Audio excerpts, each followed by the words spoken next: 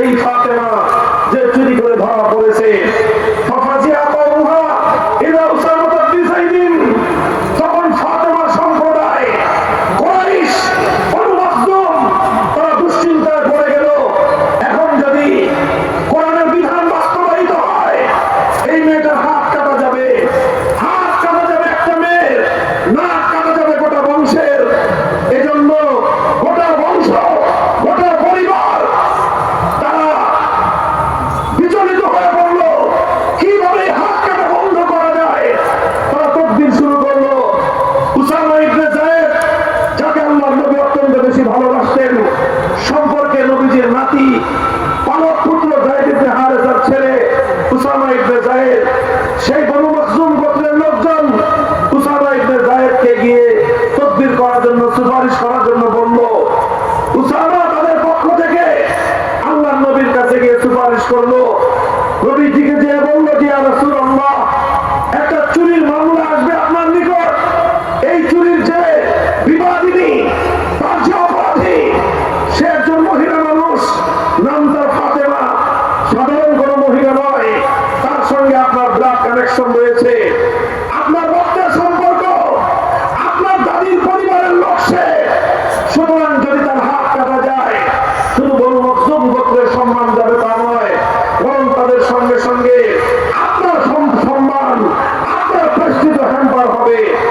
সুতরাং আপনি ওই মেয়েটাকে বাঁচানোর জন্য কোনো ব্যবস্থা করবেন। হাদিসের পাতার মধ্যে লেখা হয়, আল্লাহর নবী হুঙ্কার দিয়ে উঠলেন, গর্জন দিয়ে উঠলেন। নবীর চেহারার রং পরিবর্তন হয়ে গেল। রাসূলুল্লাহি সাল্লাল্লাহু আলাইহি ওয়াসাল্লাম, আমার নবীর চেহারার রং রক্তবর্ণ ধারণ করলো। নবীজি রাগে ক্ষোভে ফুঁসতে আরম্ভ করলেন, আর উসামাকে জোরে হুঙ্কার দিয়ে ধমক দিলেন, আতাশফাউ ফি হাদ্দিন মিন হুদুদিল্লাহ। উসামা, আল্লাহর কোরআনের বিধান বাস্তবায়ন হবে, সেখানে তুমি তদবির নিয়ে আসছো, খবরদার তোমাকে যেন আর কোনোদিন আমি এই ধরনের তদবির করতে না দেখি। আল্লাহ নবী ধমক দিয়ে উসামাকে নিবৃত্ত করলেন, সংশোধন করে দিলেন। নবীজি বুঝতে পারলেন অপরাধ শুধু উসামার একার নয়, তদবির আর এই সুপারিশ শুধু উসামার একার নয়। উসামা বালক মানুষ, অল্প বয়স্ক মানুষ, আমার স্নেহের মানুষ হিসেবে সাহস করেছে, আমার কাছে এসেছে। কিন্তু এই উসামার পিছনে গোটা আমার জাতি জড়িত, উসামার পিছনে আমার পরিবার বনু মখজুম, আমার বংশ কুরাইশ জড়িত। সুতরাং ধমক শুধু উসামা একাকে দিলে হবে না, সংশোধন করতে হবে গোটা সভ্যতার, সংশোধন করতে হবে গোটা জাতির, গোটা জাতিকে এ ব্যাপারে সতর্ক করতে হবে। আল্লাহ নবী এলান করলেন, জাতির উদ্দেশ্যে তিনি ভাষণ দিবেন। নবীর ভাষণ হবে পবিত্র বাইতুল্লাহ শরীফের সামনে।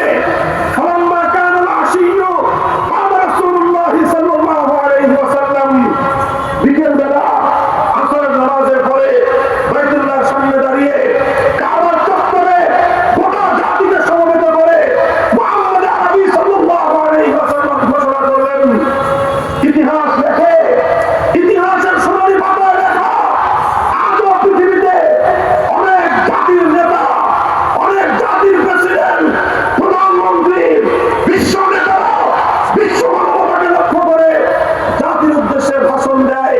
আর আমার নবী মুহাম্মদ আরবি সাল্লাল্লাহু আলাইহি ওয়াসাল্লাম মক্কায় খেলাফত ব্যবস্থা কায়েম করার পর, কোরআনের রাজ কায়েম করার পরে তিনি একটা ভাষণ দিয়েছিলেন।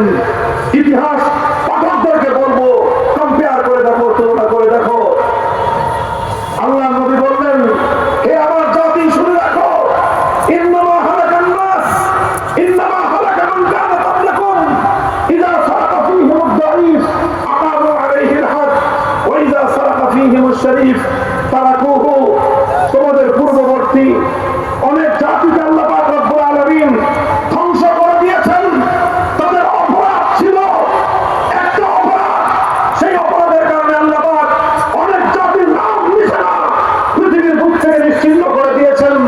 তাদের অপরাধ ছিল, তাদের মধ্যে যখন কোন প্রভাবশালী ব্যক্তি চুরি করত, অপরাধ করত, কোন প্রভাবশালী ব্যক্তি সম্ভ্রান্ত পরিবারের কেউ কোন সম্পদশালী মানুষ, কোন ক্ষমতাবান মানুষ, কোন মন্ত্রীর দুলা ভাই, কোন এমপির সারা, কোন নেতার ভগ্নিপতি অথবা কোন নেতার আপনজন, কোন বড় নেতা নেত্রীর সন্তান, এই জাতীয় মানুষ যখন চুরি করতো, অপরাধ করতো, তখন তারা নানাভাবে ঘুরিয়ে দেখিয়ে সেই সম্ভ্রান্ত শক্তিমান প্রভাবশালী লোকদেরকে তারা মুক্ত করে দিত।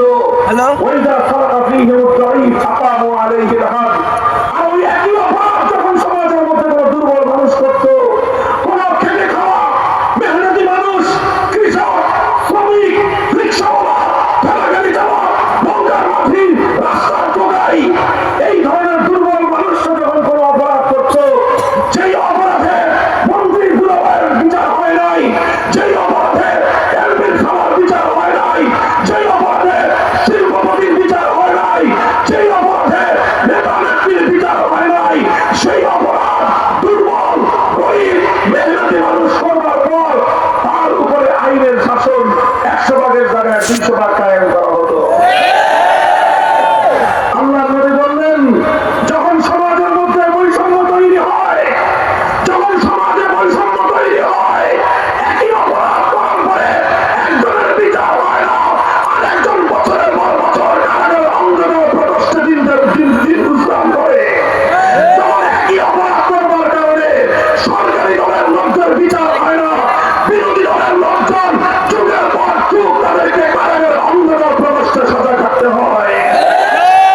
অপরাধ করলে প্রধানমন্ত্রীর সন্তানের বিচার হয় না, বিরোধী নেত্রীর সন্তানের বিচার হয়। এই যখন সমাজের মধ্যে বৈষম্য তৈরি হয়, সমাজে যখন বৈষম্য তৈরি হয়, আল্লাহ রাসূল বলতেছেন, হারাকান নাস, এই বৈষম্য এমন এক অপরাধ, এই বৈষম্য যেই সমাজে গায়েব হয়, যেই সমাজে বৈষম্য দেখা দেয়, আল্লাহ পাক রব্বুল আলামিন সেই সমাজকে ধ্বংস করে দেন। সুতরাং আল্লাহ নবীর পরে যেই কথাটা বললেন, সে কথা যদি হাদিসের কিতাবে সহিহ হাদিসে বর্ণিত না থাকতো, বুখারীর হাদিসে যদি বর্ণিত না থাকতো, মুখে উচ্চারণ করতে আমরা সাহস পেতাম না। আল্লাহ নবী বললেন, আল্লাহ লাউ আন্না ফাতিমাতা বিনত মুহাম্মাদিন সারাকাত লাকাতাতু ইয়াদাহা।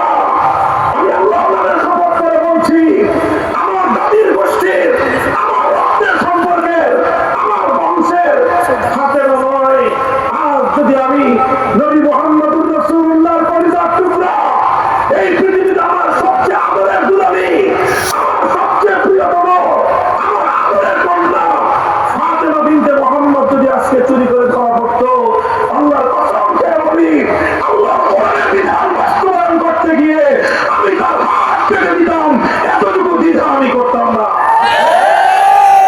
হে মুসলমান, হে উম্মতে মুহাম্মাদিয়া, হে কোরআনের ধারণ করো, কোথায় তোমরা ঘুমিয়ে আছো? বৈষম্যহীন সমাজ গড়া, এটা শুধুমাত্র বৈষম্য বিরোধী ছাত্র নেতৃবৃন্দের দায়িত্ব নয়। মনে রাখতে আবার বলছি, বৈষম্যহীন সমাজ গড়া, বেইনসাফপূর্ণ সমাজ গড়া, বেইনসাফি, জুলুম, শাসন, স্বৈরতন্ত্রের বিরুদ্ধে লড়াই করা, এটা শুধু বৈষম্য বিরোধী ছাত্র নেতৃবৃন্দের দায়িত্ব নয়, এটা সর্বপ্রথম দায়িত্ব তাদের, যাদের পক্ষে আল্লাহ পাক রব্বুল আলামিন আসমানী কিতাবের ইলম রেখেছেন। সর্বপ্রথম দায়িত্ব তাদের, যাদেরকে আল্লাহ পাক ওয়ারাসাতুল আম্বিয়া, নবীর আম্বিয়াদের ওয়ারিস এবং উত্তরাধিকারের গৌরব এবং মর্যাদা দিয়েছেন। আল্লাহর কোরআন কি বলেছে? সূরাতুল হাদীদ পড়ো, তেলাওয়াত করো। কেন আল্লাহ পাক যুগে যুগে কিতাব নাযিল করেছেন? কোরআন দুনিয়াতে কেন এসেছে? আদম আলাইহিস সালাম থেকে নিয়ে আখির নবী মুহাম্মদুর রাসূলুল্লাহ সাল্লাল্লাহু আলাইহি ওয়াসাল্লাম পর্যন্ত সমস্ত নবী দুনিয়াতে কোন মাকসাদে এসেছেন? উসুলি মাকসাদে বিআসাতে আম্বিয়া কি? আল্লাহ কোরআন বলতেছে, লাকাদ আরসালনা রুসুলানা বিল বায়িনাত ওয়া আনজালনা মাআহুমুল কিতাবা ওয়াল মিজান লিয়াকুমা আন-নাসু বিল কিসত। আল্লাহ বলেন, যুগে যুগে আমি আসমানি কিতাব নাযিল করেছি, আসমানি শরীয়ত নাযিল করেছি, আমি আমার সমস্ত নবী রাসূলদেরকে প্রেরণ করেছি। তার অন্যতম একটা উদ্দেশ্য হলো লিয়াকুমা আন-নাসু বিল কিসত, মানব সমাজের মধ্যে ইনসাফ কায়েম করা, মানুষের সমাজে ইনসাফ কায়েম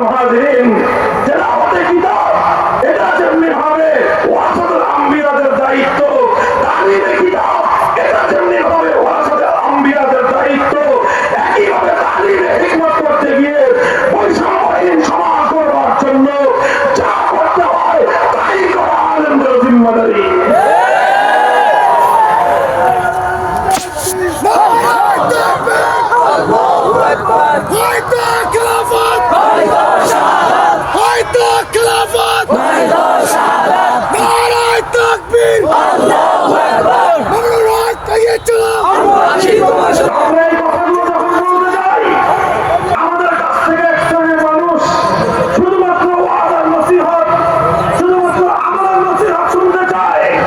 আমাদের কাছ থেকে কিছু মানুষ শুধুমাত্র নামাজ রোজার ইবাদতের বয়ান শুনতে চায়। আমরা যখন বৈষম্যের বিরুদ্ধে কথা বলি, আমরা যখন জুলুমের বিরুদ্ধে কথা বলি, আমরা যখন অন্যায় এবং অবিচারের বিরুদ্ধে কথা বলি, আমরা যখন জাতির স্বার্থ নিয়ে কথা